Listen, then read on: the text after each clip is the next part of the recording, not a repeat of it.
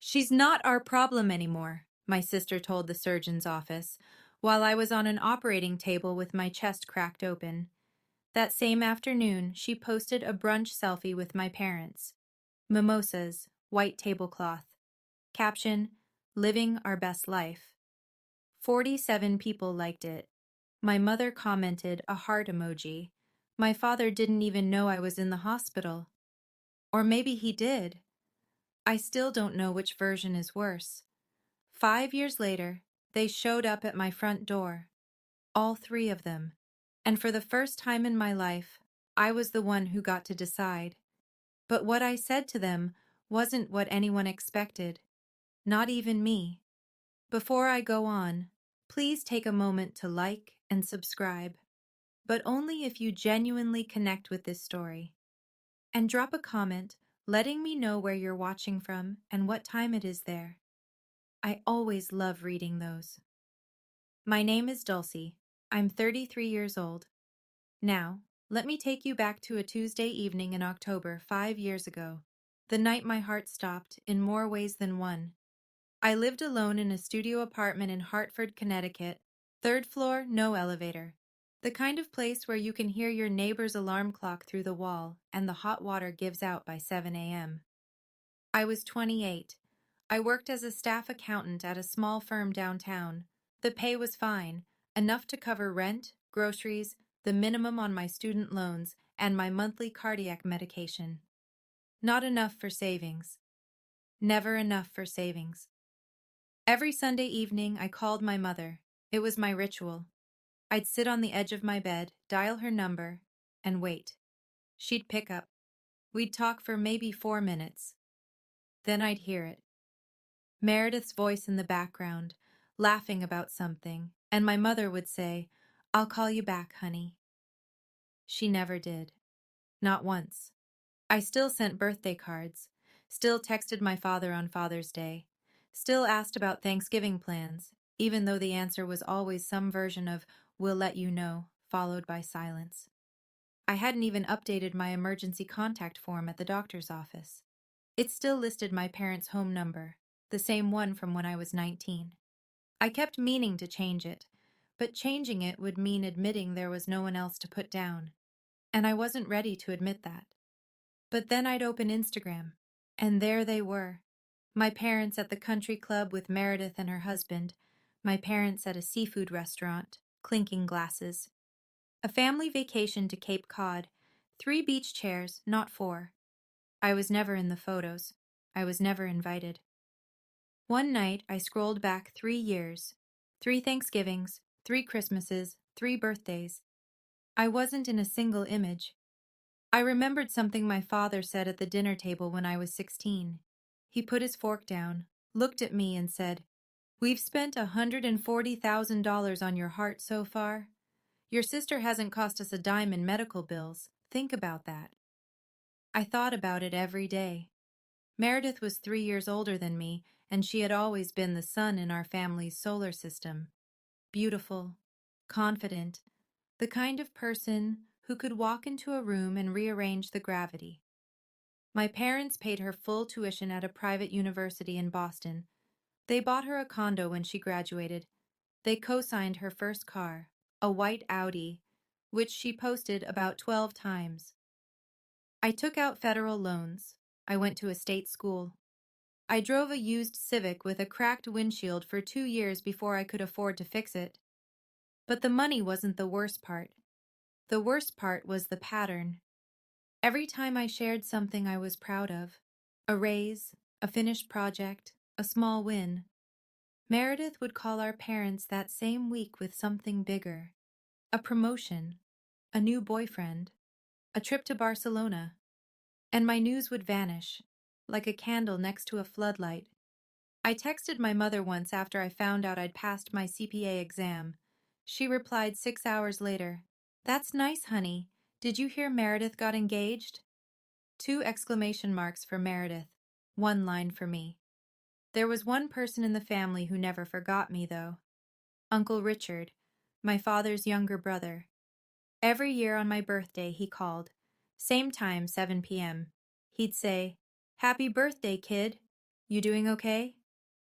We'd talk for 10 minutes. It was more than anyone else gave me. But I hadn't heard from him in years. My father said Richard was dead to this family. I never asked why. I was too afraid of the answer. The last time Richard called, he said something strange. Don't let them rewrite your story, kid. I didn't understand it then. It happened at a grocery store on a Tuesday evening in October. I was reaching for a carton of eggs on the second shelf when the pain hit. A white-hot pressure behind my sternum, like someone had shoved a fist through my rib cage. My vision narrowed. The fluorescent lights above me blurred into one long streak. I heard the eggs hit the floor before I realized I'd dropped them. Then my knees went. A stranger called 911. I remember the tile against my cheek. I remember someone pressing a jacket under my head. I remember thinking, very clearly, call my parents. The ambulance brought me to Hartford Hospital. The ER doctor said words I only half understood. Acute aortic dissection, emergency open heart surgery, possible complication of my congenital bicuspid valve. They needed to operate immediately. Under emergency protocol, they didn't need anyone's signature to save my life. But if something went wrong on the table, if they needed to make decisions about life support, about next steps, they'd need someone, a family member, a healthcare proxy, anyone. A nurse leaned over me. Her scrubs were pale blue. Her voice was calm but urgent. Is there anyone we should call? I gave them my parents' home number. It was the only emergency contact I had. They called. Meredith picked up. She was at my parents' house for dinner. I learned this later. All of it later. What she said was, "She's not our problem anymore. Please remove this number from her file." Then she hung up. I didn't know any of this when they wheeled me into the operating room. I didn't know it during the 6 hours of surgery. I didn't know it when the anesthesia wore off, and I opened my eyes to a room full of machines and silence. No flowers on the windowsill, no jacket draped over the chair, no one holding my hand, just a nurse sitting beside me. She had kind eyes and a name tag that read Nora. She looked about my age. There was a small framed photo tucked into her lanyard, an older man with silver hair standing in front of a half-built house. I didn't think anything of it then. "We called your family," she said softly. "They said they couldn't come." I closed my eyes. I didn't cry. I just lay there and thought.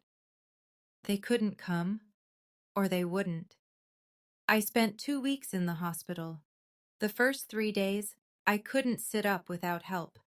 The incision ran from just below my collarbone to the bottom of my sternum, 18 staples holding me together like a broken suitcase. I called my mother from the hospital bed. Voicemail. I called my father. Voicemail. I texted Meredith.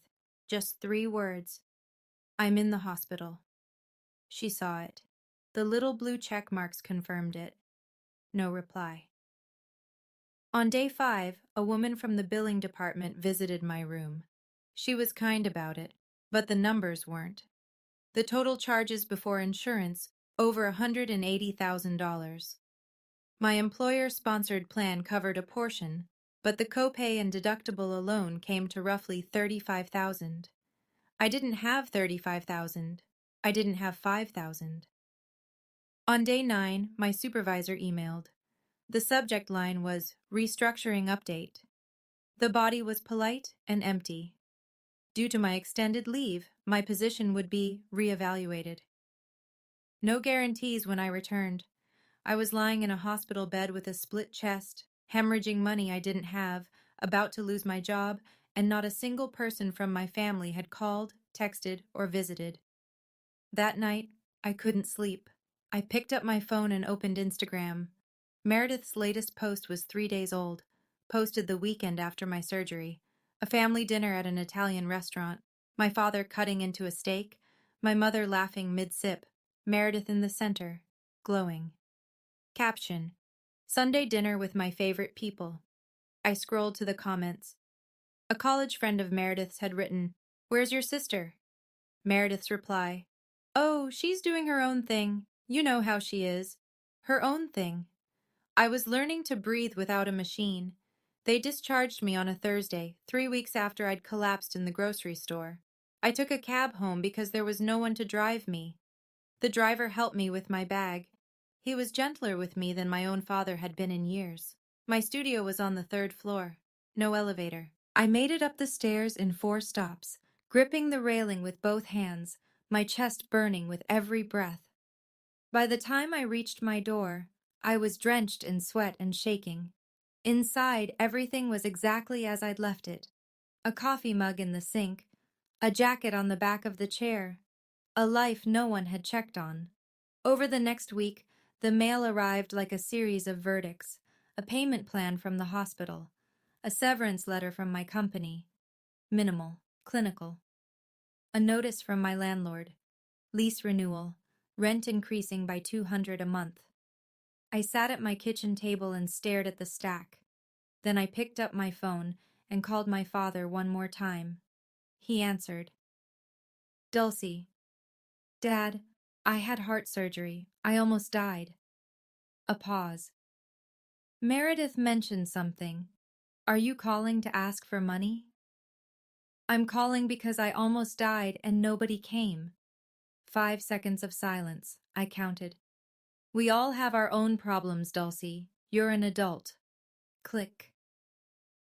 I sat on the kitchen floor with my back against the refrigerator. I pressed my palms flat on the cold tile. And for the first time since the surgery, I cried.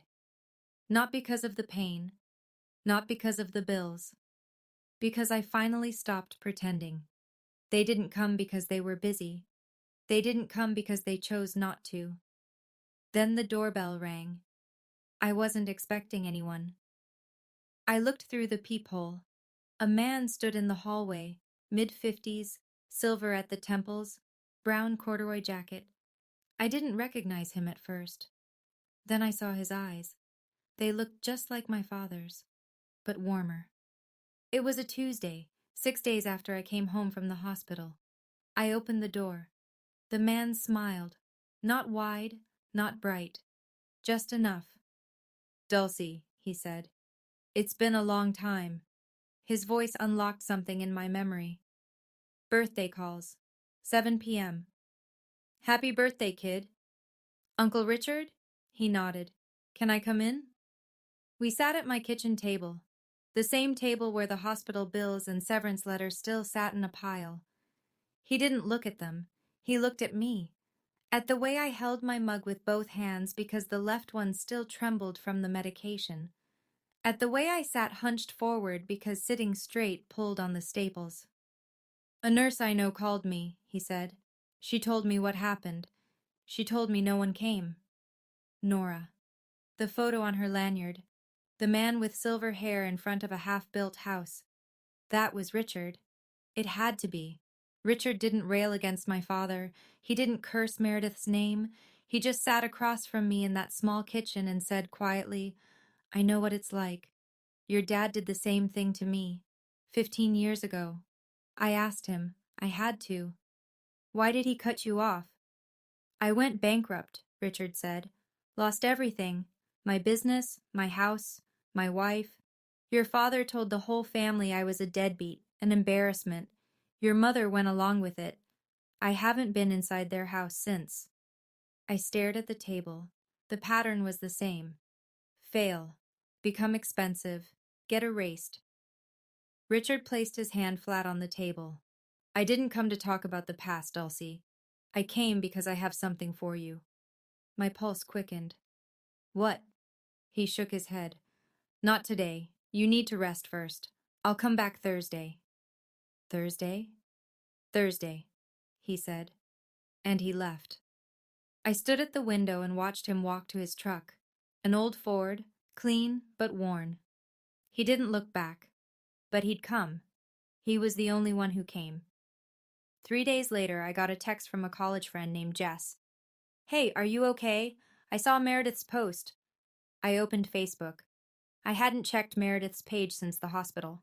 What I found made my hands go still. It was a long post, set to public, 3 paragraphs, written in the careful, trembling voice of a concerned older sister. It breaks my heart to share this, but my little sister has been struggling with some personal issues and has chosen to distance herself from our family.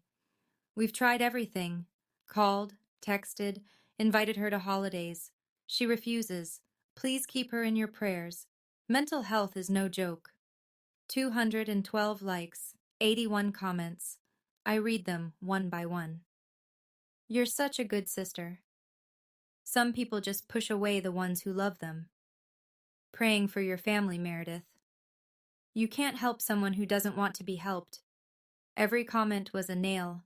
Every heart reaction was a lock. Meredith had rewritten the entire story. In her version, she was the grieving sister, and I was the troubled runaway who rejected a loving family. I wanted to type the truth in the comment section. I wanted to post the hospital bill, the unanswered texts, the screenshot of her brunch selfie. My fingers hovered over the keyboard, but I stopped. Because if I fought back publicly, I'd look exactly the way she'd described me. Dramatic, unstable, desperate for attention. She'd set the trap perfectly. So I did the only thing I could. I took screenshots. Every comment, every reply. The post itself, the date, the timestamp. I didn't know why. Call it instinct. Call it survival. Then I saw my mother's comment at the bottom. 6 words that cut worse than the surgery. We love you no matter what, Meredith. You've always been the strong one.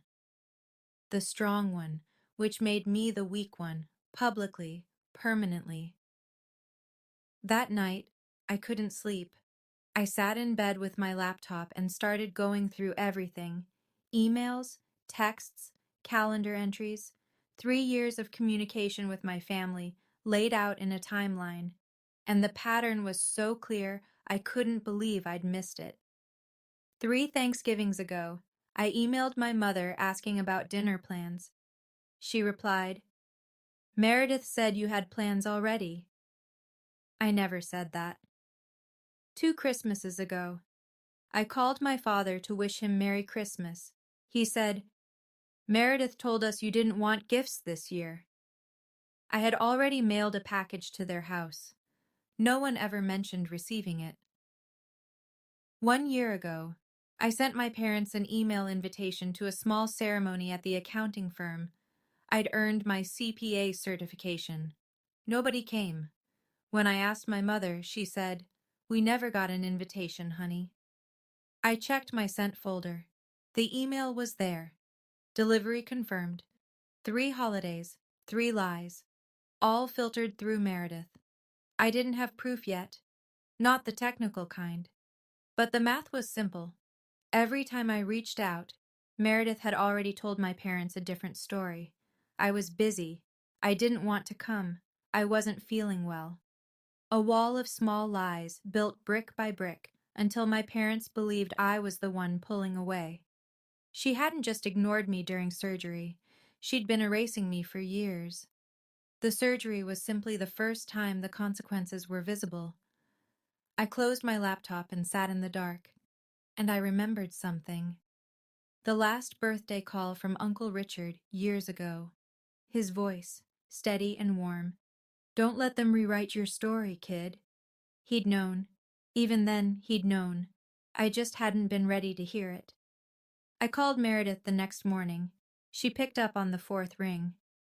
"Dulcie, what a surprise. I saw your Facebook post." "Which one?" "The one where you told everyone I pushed the family away." A beat of silence, then lightly, "Well, didn't you?" "I was in surgery, Meredith. You told the hospital I wasn't your problem." Her voice shifted, lower, controlled. "I don't remember saying that. The hospital has a record of the call. 3 seconds of nothing." I could hear her breathing. "You're being dramatic," she said. "As usual. Take the post down." "Or what?" A soft laugh, the kind that's meant to make you feel small. "You'll cry about it online? Nobody's going to believe you over me, Dulcie. They never have." Click. I put the phone on the table. My hands were shaking. Not from the medication this time. from something hotter, something I hadn't let myself feel in years. Anger, clean, clear anger. I picked up my phone again, opened the Notes app, typed the date, the time, every word she'd said as close to exact as my memory could manage. Then I went back to the screenshots from her Facebook post. I organized them in a folder, added the emails, the unanswered texts, the calendar entries. I wasn't building a case. I didn't have a plan.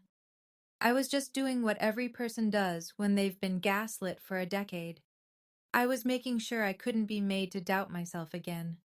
2 days passed. Then Thursday came. The doorbell rang at exactly 10 a.m.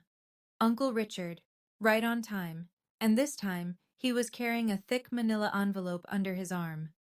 Richard sat across from me again. Same chair, same calm. But this time, the manila envelope lay between us on the table like a third person in the room. He didn't open it right away. Instead, he talked. "After your dad cut me off," he said, "I lost everything. Business, house, marriage. I was living in a motel off Route 8 for 4 months." He said it the way you'd describe the weather. No pity, no performance. "Then I found a house, little place up in Litchfield, falling apart, roof leaking, porch rotting, pipes frozen half the year. I bought it for almost nothing. Fixed it myself.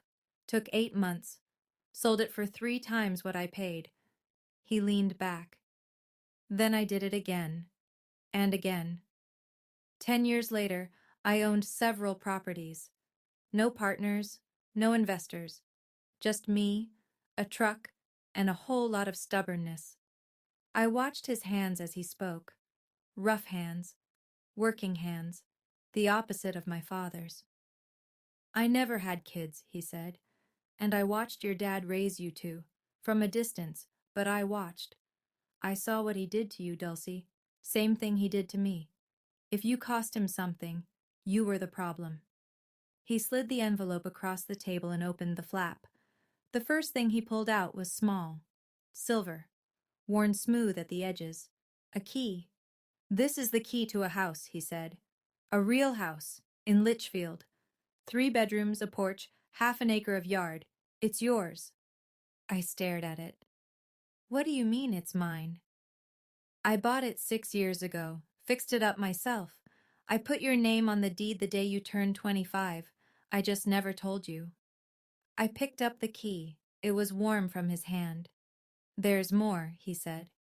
"But let's start with this."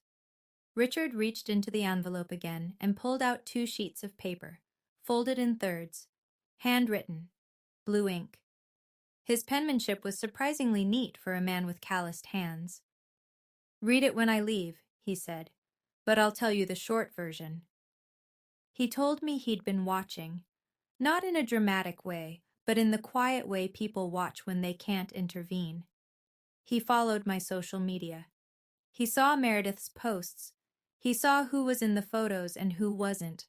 And through a connection, Nora, who turned out to be the daughter of an old high school friend, he'd kept a loose thread tied to my life. He knew my father had removed me from the family's estate plan. He'd heard it through cousins who still spoke to both sides. He knew Meredith had pushed for it, so he made a decision. Every property he owned, every account he'd built, all of it would go to me. Not eventually. Now. Through something called an irrevocable trust. His lawyer had structured it years ago. He slid a third set of documents across the table. Dense pages, legal language. Helen Marsh was listed as the independent trustee, the person with legal authority to manage the properties until the trust's terms transferred full control to me. Richard had structured it so that once I turned 30, management of the assets would pass entirely into my hands. Until then, Helen oversaw everything, but with standing instructions to follow my wishes. But the key lines were clear even to me. Sole beneficiary, Dulcie Emerson. 3 properties including the Litchfield house, a savings account, estimated total value, just over $1.2 million. "I'm not dying tomorrow," he said. "At least, I hope not. But I wanted you to know now. because right now you need to know that someone chose you. I cried, not the way I cried on the kitchen floor. This was different. This was the kind of crying that happens when the thing you needed most arrives so late you'd stopped expecting it. Richard stood up. He put a hand on my shoulder. "You don't owe me anything," he said. "You don't owe them anything. You just owe yourself a life worth living." He told me one more thing before he left. 2 years ago, my father had called him, out of nowhere, wanting to reconnect. Richard saw through it immediately. Gerald had heard about the properties, wanted in. Richard said no. Gerald cut him off again. The same pattern. Always the same pattern. But this time, Richard had already built the wall around me. I moved into the Litchfield house on a Saturday in December. The first morning, I stood on the porch with a mug of coffee and looked out at the yard. 1/2 acre. A sugar maple near the fence, bare for winter but still dignified. A gravel driveway. Silence. The kind that doesn't feel empty. The kind that feels chosen. I started physical therapy twice a week in Torrington. On the off days, I walked the neighborhood. Short distances at first, then longer. My body cooperated slowly, grudgingly, like it was testing whether I deserved its trust again. I found a therapist, Dr. Klein, a quiet woman in her 60s who specialized in family estrangement.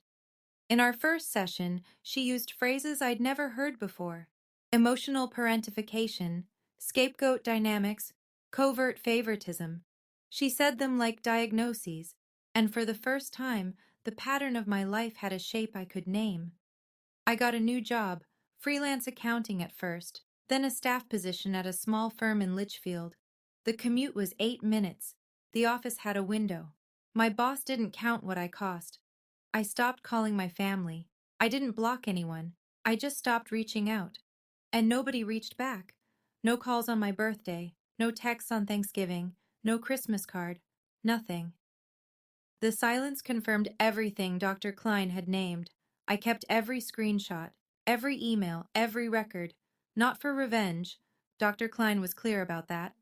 Document it for yourself, she said, so you never doubt your own memory again. 4 years passed. I built a life that was small and steady and mine. Then, one morning in March, Nora called. Her voice sounded different, tight, careful.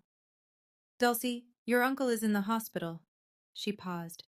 "And your father just showed up here asking about his estate." I drove to the hospital in under 40 minutes. My hand stayed steady on the wheel. My chest did not. Richard had suffered a minor stroke. He was stable, conscious, lucid, tired. The doctors expected a full recovery with rest and medication. But he looked fragile under the fluorescent lights, and that scared me more than anything. I found his room on the 3rd floor. But before I reached the door, I saw a figure standing in the hallway, speaking to a nurse at the station. Charcoal suit, silver watch, posture like a man who owned the building. My father. He turned. Our eyes met for the first time in almost 5 years. He didn't say, "How are you?" He didn't say, "You look well." He didn't say, "I'm sorry about the surgery, about the phone call, about any of it." What he said was, "What are you doing here?" "He's my uncle. He's my brother." "He hasn't been your brother in 15 years, Dad." Gerald's jaw tightened, a micro-flinch, just around the eyes. Then the mask slid back. He softened his voice, not out of warmth, but strategy. I'd watched him do this my whole life. "Look, I know we've had our differences, but family is family. I just want to make sure Richard is taken care of." I looked at him. Same suit, same posture, same man who hung up after 47 seconds when his daughter told him she'd almost died. "That's thoughtful of you," I said. He blinked, uncertain whether I meant it. I didn't. Later, Nora told me what he'd asked at the nurse's station before I arrived. He'd wanted to know about Richard's next of kin, his power of attorney, who had decision-making authority. He wasn't here for Richard. He was here for what Richard had. The next day, I came back to the hospital at noon, and the hallway outside Richard's room looked like a stage. Gerald was there, Patricia was there, and Meredith, standing by the window with her arms crossed, scanning the corridor like she was appraising it. She looked different, thinner, more makeup than I remembered, layered thick around her eyes. Her clothes were still stylish, but the brands were gone. The handbag was faux leather. The shoes had a scuff on the left toe she hadn't bothered to fix. She saw me first. "Oh my God, Dulcie!" She rushed toward me, arms open, voice pitched high enough for every nurse on the floor to hear. "We've been so worried about you." She hugged me. I stood still. I didn't pull away. I didn't lean in. I just waited until she let go. Patricia stepped forward. "Dulcie, honey, we've missed you so much." Her voice wavered, but not from emotion. It was the sound of someone who needs something and hasn't figured out how to ask yet. Inside Richard's room, Gerald wasted no time. Richard was asleep. Gerald stood at the foot of the bed and spoke in a low voice, as though the sleeping man were a boardroom. "We need to talk about Richard's situation. He's not well. Someone needs to manage his affairs, his properties, his accounts." He turned to me. "You've been visiting him. Has he mentioned anything about his finances?" I held his gaze. "Why do you ask?" "He's my brother. I have a right to know." I let the silence stretch. "Then, you should ask his lawyer." Gerald's expression tightened. In the corner, Meredith reached for a document on Richard's bedside table, casually, like she was straightening a napkin. She snapped a quick photo with her phone, but it was only the hospital dinner menu. I saw her do it. She didn't see me see her. It happened in the hallway, 10 feet from the nurse's station. Gerald had followed me out of Richard's room. Meredith was 2 steps behind him. Patricia lingered in the doorway, watching but saying nothing, as always. Gerald's voice was louder than it needed to be, deliberate, pitched for an audience. "I don't know what you've been telling Richard, but taking advantage of a sick old man is not something I'll allow." 2 nurses looked up. A man in scrubs paused mid-stride. A woman visiting the room across the hall glanced through her open door. Meredith added, right on cue, "She's always been like this, manipulative, playing the victim to get what she wants." I felt it land, the way public accusations always land, like concrete poured over your feet. You can't move. You can't respond fast enough. And by the time you open your mouth, the jury of strangers has already started forming an opinion. I looked at my mother. Patricia's eyes were fixed on the floor. Her hands were clasped in front of her. She said nothing.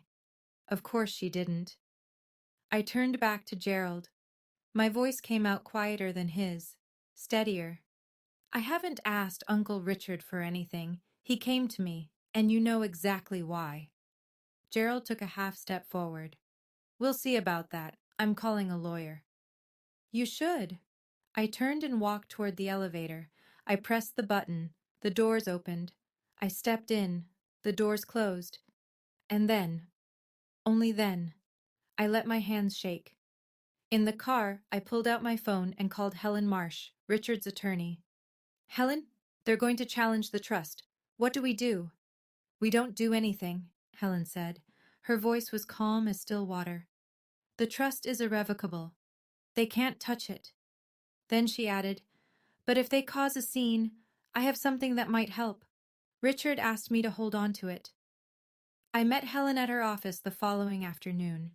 It was a small firm on Main Street in Torrington. Warm wood, tall shelves, the smell of old paper and fresh coffee. Helen Marsh was in her early 50s, silver-streaked hair pinned back, wire-rimmed glasses. She spoke the way good lawyers do, precisely, without wasted syllables. "Your father has called this office twice this week," she said, both times asking about Richard's estate plan. I declined to discuss it. Attorney-client privilege. She folded her hands on the desk. "But there are things Richard authorized me to share with you." She told me what Richard already knew. My father had been financially destroyed 8 months earlier.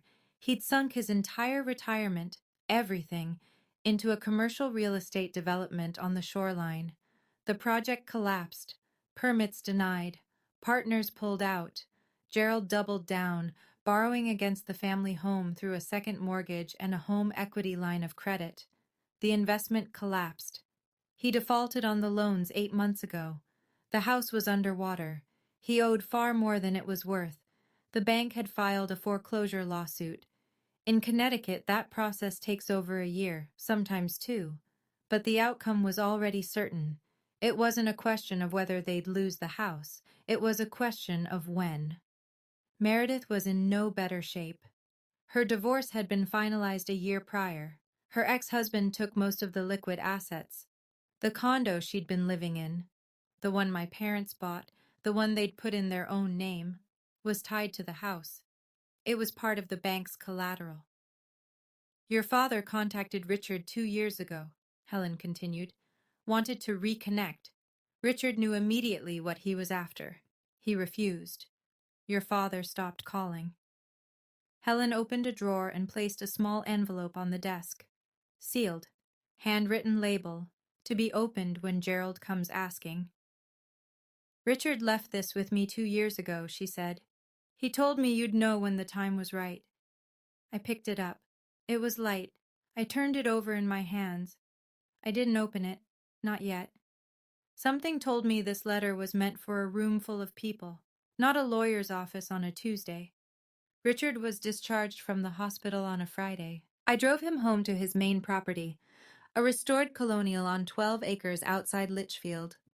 He walked slowly but steadily up the porch steps, one hand on the railing, the other waving off my elbow. I'm not dead yet, he said.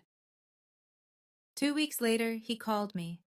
I want to host a gathering, he said, a small one, at the house, to thank the people who showed up.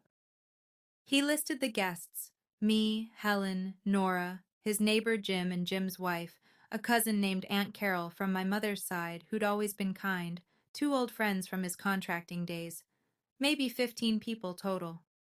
Then he said, I'm inviting Gerald, and Patricia, and Meredith. I went quiet. Why? Because I want them to see what they missed, he said.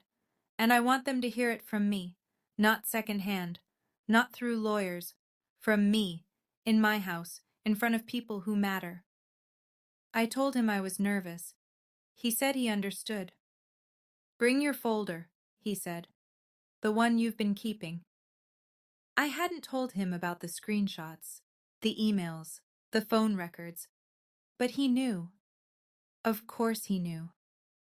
The day of the gathering was a Sunday in October, exactly 5 years since my surgery. I don't think Richard planned that, but I don't think it was an accident either. The house looked beautiful. Warm light in the windows, leaves turning gold and copper on the maples that lined the drive. A long table set on the covered porch, then moved inside when the wind picked up.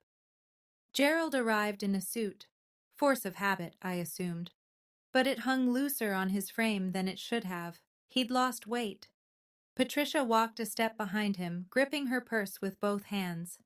Meredith came last, sunglasses on, even indoors. She kept them on for 20 minutes, and I noticed Gerald doing something before he even said hello. He walked through the rooms, slowly, touching the door frames, studying the built-in shelves, running his eyes along the crown molding. He wasn't admiring the craftsmanship. He was appraising the value. After the food, roast chicken, cornbread, a salad Nora insisted on making, everyone settled into the living room. The fireplace was lit. Jim and his wife took the love seat. Aunt Carol sat near the window. Nora stood by the mantel with a glass of water. Helen sat in a straight-backed chair near the bookshelf, her leather portfolio resting on her lap. Gerald was the one who started it. He waited until the small talk died down, then leaned forward in his armchair, fingers laced, voice casual.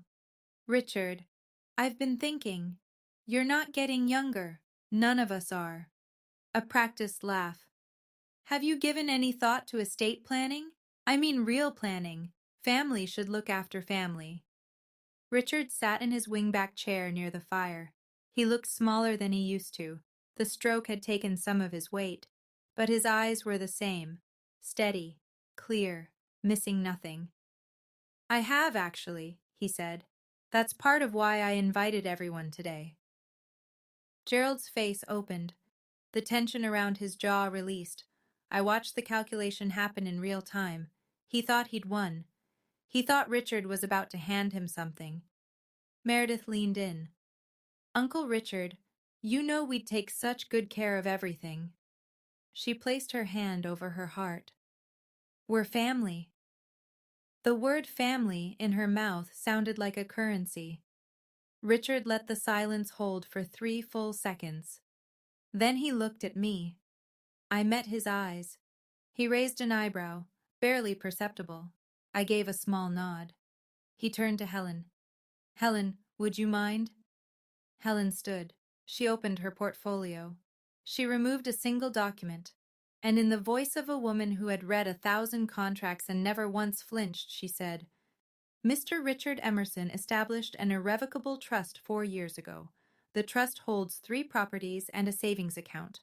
The sole beneficiary is Dulcie Emerson. No one moved. Gerald blinked twice. Then, what? The fire crackled. Somewhere in the kitchen, a timer beeped for nothing. Gerald stood up so fast his chair scraped the hardwood. This is ridiculous. You can't just... He pointed at me, then at Richard. She's been manipulating you. She's been visiting you, whispering in your ear. Sit down, Gerald. Richard didn't raise his voice. He didn't need to. The words landed with the weight of a man who had spent 15 years learning how to say exactly what he meant. Gerald sat. Richard leaned forward. I set up this trust before Dulcie even knew I was back in her life, before she visited me, before the stroke. I did it because I watched you throw away your own daughter. Meredith's voice sliced in from the corner. Uncle Richard, Dulcie has always had a way of making people feel sorry for... Meredith. Richard turned to her. His tone didn't change, but something behind his eyes did. I know what you told the hospital. She's not our problem anymore. Those were your exact words. The color left Meredith's face, not slowly. All at once, like someone had pulled a plug. She looked at Gerald, then at Patricia, looking for backup, looking for the rescue that had always come. Patricia stared at the floor. Gerald's jaw was locked shut. Aunt Carol, sitting by the window, set her tea down. What hospital? She asked. What happened? And that was the crack in the dam. Nora, standing by the mantel, spoke for the first time. She introduced herself. A nurse at Hartford Hospital. She described the night of my surgery, the call to my family, the response, the record of it. Jim's wife covered her mouth. Aunt Carol's hand went to her chest. Jim shook his head slowly, eyes on Gerald. No one was looking at me with pity. They were looking at my family with something worse. Understanding. I didn't plan to stand up, but I did. I was 33 years old. I'd spent 5 years building a life from the wreckage they left behind. The room turned toward me. 15 faces. Some I'd known my whole life. Some I'd only just met, all of them waiting. I didn't shout. I didn't cry. I spoke the way Dr. Klein had taught me, with facts, not volume. 5 years ago, I had emergency heart surgery. The hospital called our parents. Meredith answered. She told them I wasn't their problem. Then she posted a brunch photo. I took out my phone, unlocked it, opened the folder I'd kept for years. This is the screenshot of her Facebook post telling 300 people that I abandoned the family. I held it up. This is her comment. Oh, she's doing her own thing. You know how she is. Posted 3 days after I woke up from open heart surgery. I scrolled. This is the hospital record. It says, patient's family contacted, declined to respond, emergency contact unavailable. Surgery proceeded under implied consent doctrine. Patient had no designated healthcare proxy present during post-operative recovery. I looked at my father. Dad, I called you after. I told you I almost died. You asked if I was calling for money. Then you hung up. 47 seconds. I have the phone record. Gerald opened his mouth, closed it, opened it again. That's not... I didn't... Would you like the date and duration? He went silent. Patricia was crying. Small, quiet sobs, her hand pressed to her mouth. Gerald told her to stop. She didn't stop. Meredith stared at the rug like it held instructions. Aunt Carol's voice broke the stillness. Gerald, is this true? He didn't answer. I turned back to the room. I didn't come here for revenge. I came because Uncle Richard asked me to, and because for the first time I'm going to say what I should have said years ago. I felt my heartbeat, steady, strong, earned. I'm not your burden. I was never your burden. And from this moment on, I'm not your fallback either. The room stayed quiet for a long time, long enough for the fire to pop twice. Then Gerald changed tactics. I'd seen him do this before. The pivot from authority to appeal, smooth as a dial turning. He uncrossed his arms. He softened his shoulders. He looked at me with the closest thing to tenderness he could manufacture on short notice. Dulcie, listen. We've had a rough year. A very rough year. The bank is taking the house. We have nowhere to go. He paused. Let that land. You have 3 properties now. Surely you can let your own parents stay in one of them, just until we get back on our feet. Meredith recovered faster than I expected.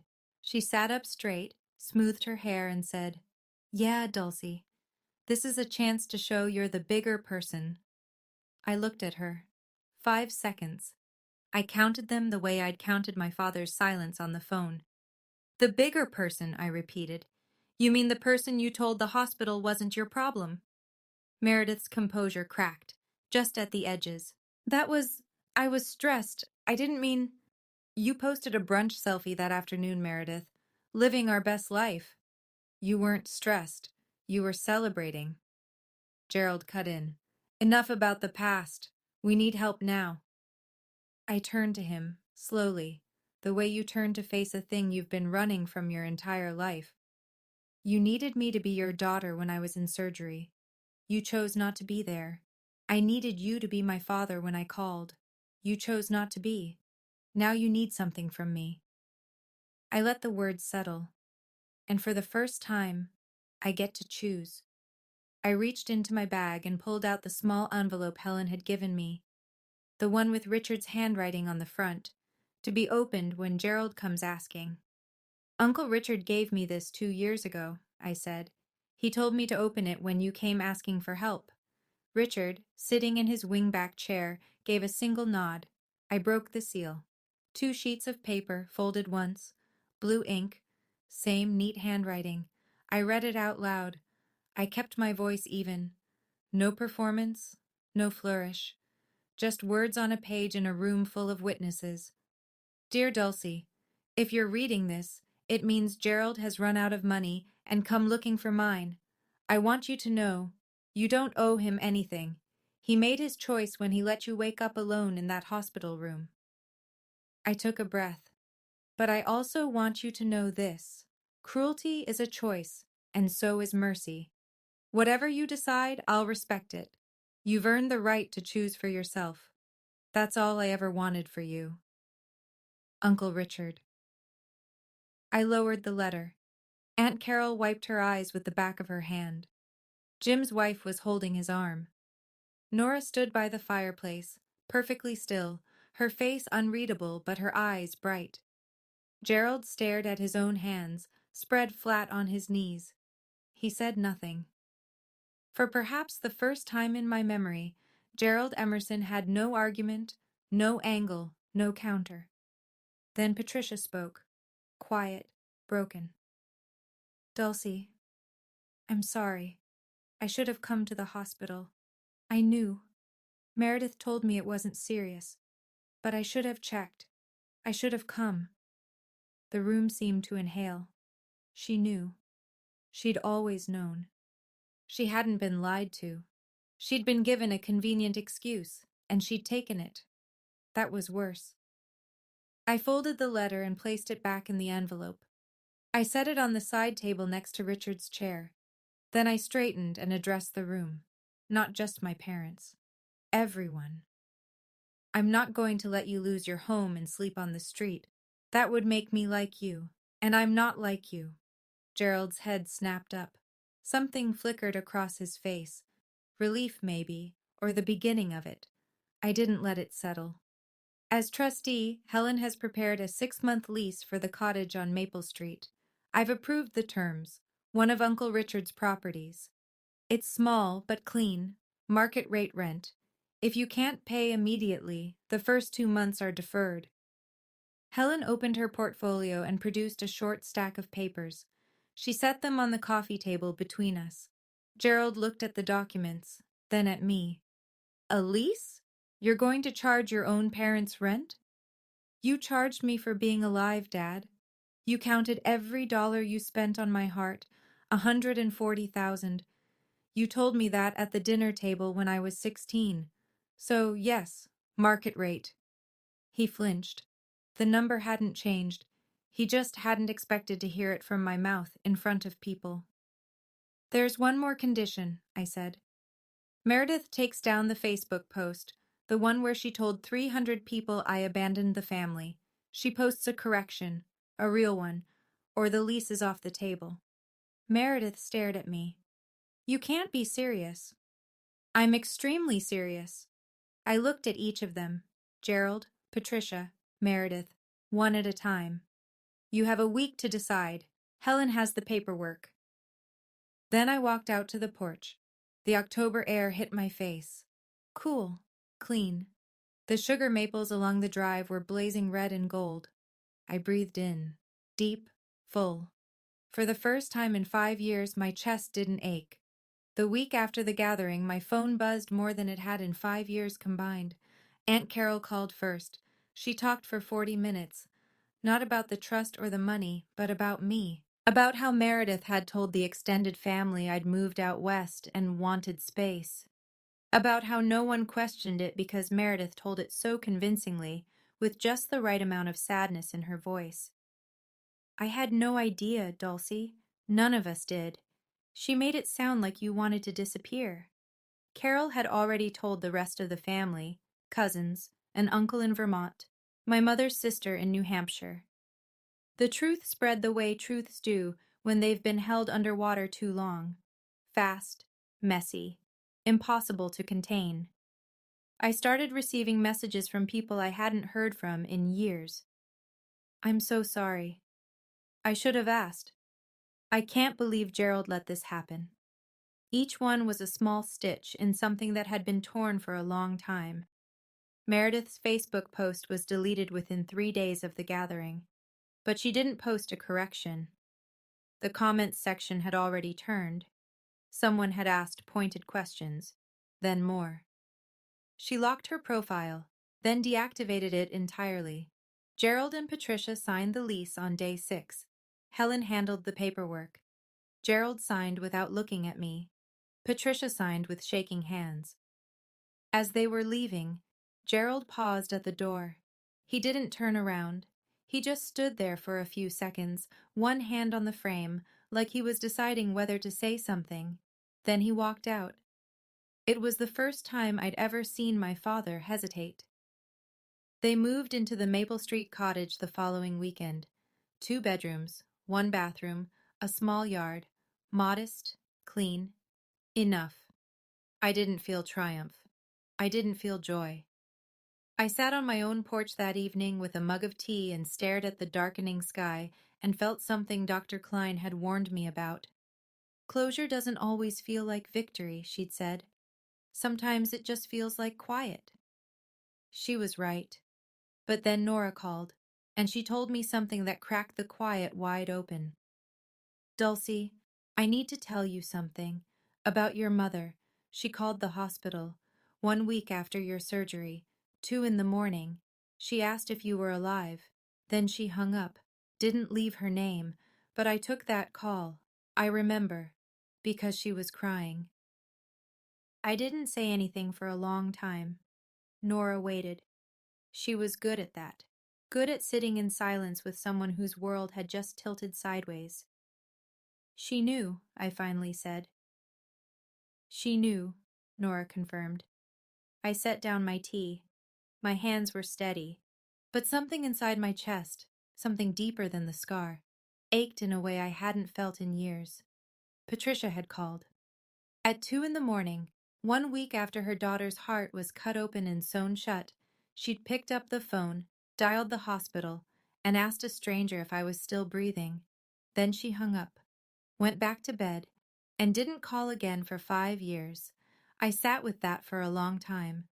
I didn't know what to do with a love that only shows up at 2 a.m., with the lights off, where no one can see it.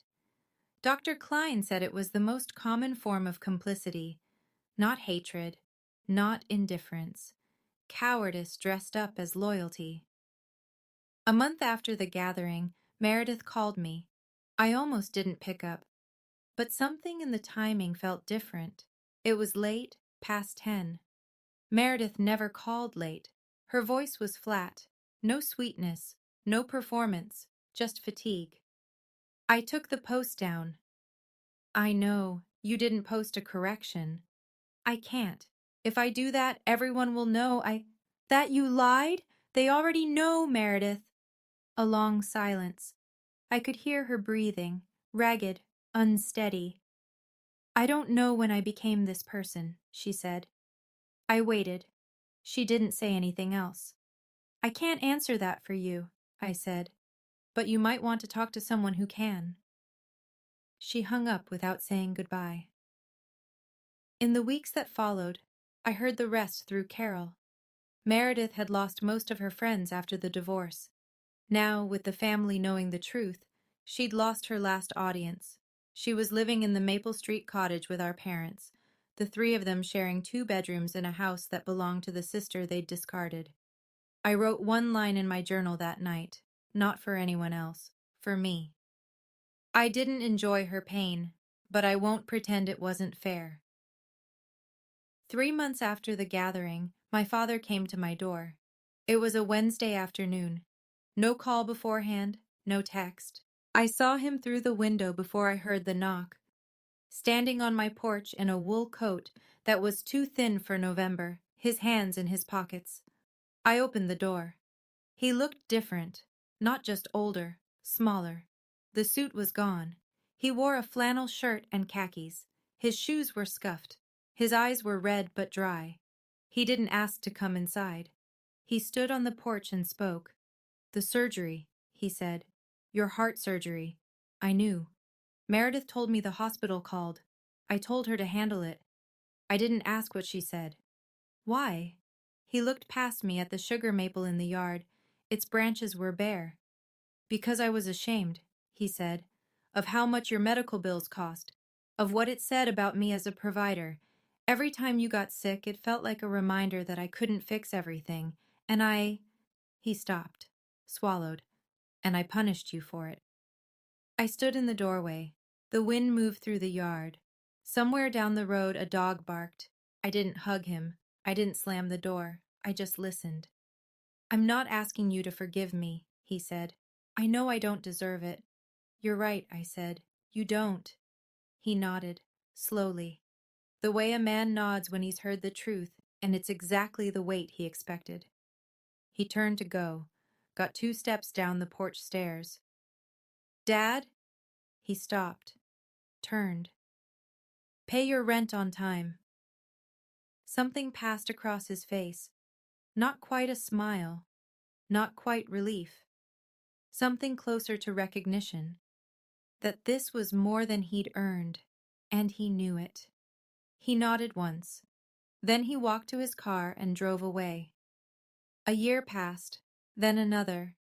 The world didn't change overnight, but it shifted. Slowly, the way soil settles after a storm. I'm 33 now. I live in the Litchfield house. I repainted the porch this past spring, a pale gray that catches the morning light. There's a garden bed along the south fence, mostly herbs and tomatoes. And a cat named Buckley who showed up one February and never left. I work as a senior accountant at a firm in town. The partners know my name. My desk has a window that faces a row of birch trees. I'm not rich. I drive a 10-year-old Subaru. I pack my lunch most days. But every bill is paid, every payment is mine, and nobody counts what I cost. My health is steady. I see my cardiologist twice a year. I take my medication every morning with a glass of water on the porch. The scar on my chest has faded to a pale silver line. I used to cover it. I don't anymore. Nora is my closest friend. She drives up from Hartford every other weekend. We cook together, badly, and laugh about it. Aunt Carol calls on Sundays. Real calls, not the 4-minute kind. And Uncle Richard comes for dinner every Sunday evening. He brings the food because, in his words, my cooking is a safety hazard. We eat at the kitchen table. He tells stories. I listen. Sometimes we don't talk at all, and that's fine too. My parents are still in the cottage. The rent comes in on the first of every month. Gerald nods when he sees me at the grocery store. Patricia sent a Christmas card last year. Handwritten, no emoji. A real card with a real sentence. Thinking of you. Meredith started therapy. I know because Carol told me. She hasn't called. I haven't reached out. We're not a Hallmark family. I don't think we ever will be. But we're honest now. And honestly, that's more than I ever had. If you're listening to this, and some part of it sounds familiar, someone in your family who made you feel like a line item, someone who rewrote the story to make you the villain, I want you to know something. You don't have to wait for them to apologize. You don't have to wait for them to change. You just have to decide that the story they told about you isn't the one you live by. I didn't get revenge. I know that word gets thrown around in stories like this, but that's not what happened. What I got was clarity. And clarity is better than revenge, because revenge fades. Clarity stays. It becomes the ground you stand on. The hardest part wasn't the surgery. It wasn't the bills. It wasn't even the silence. The hardest part was the morning I finally stopped calling. I sat on my bed, phone in my hand, my mother's number on the screen, and I just set it down. That was the moment. Not the gathering, not the trust. That quiet, ordinary morning when I chose to stop reaching for people who had already let go. That was when I started living. Uncle Richard told me something once that I think about every single day. We were sitting on his porch, watching the light fade, and he said, "You don't owe anyone your suffering." I used to believe that love meant enduring pain from the people who caused it. That if I was just patient enough, kind enough, quiet enough, they'd eventually see me. They didn't. And the waiting almost killed me. Literally. So I stopped waiting. I left the door open. I didn't lock it. But I stopped standing by it. And the people who were supposed to walk through, some of them did. Just not the ones I expected. It's a Sunday night in October. I'm sitting on the porch of the Litchfield house. The sugar maple has turned, a deep, impossible gold against a gray sky. Buckley is curled at my feet, one paw twitching in some dream he'll never tell me about. There's a mug of chamomile going cold on the railing. My phone buzzes. I pick it up. A text from a number I haven't seen in months. "Hey, Dulcie. It's Meredith. I posted the correction today. I'm sorry it took this long." I read it twice. I feel it settle somewhere between my ribs. Not anger, not relief. Something quieter. Something like a door being set back on its hinges after years of hanging crooked. I set the phone face down on the armrest. Not because I'm ignoring it, but because I'll answer on my own time. Not hers. I'll respond. Eventually. Not today. Today is mine. 5 years ago, I woke up alone in a hospital room with 18 staples in my chest and no one to call. I thought that was the worst moment of my life. It wasn't. It was the beginning. Because that was the day I stopped being someone else's afterthought and started being my own first priority. And that's the story of how an envelope on a hospital bed gave me back my life. Not because of what was inside it, not because of the key or the documents or the money, but because someone looked at me and thought, she's worth choosing. If this story made you feel something, I'd love to know. Would you have let them stay? Or would you have let them figure it out alone? Drop your answer in the comments. I read every single one. And if you haven't already, subscribe and hit that bell. There are more stories waiting for you in the description below.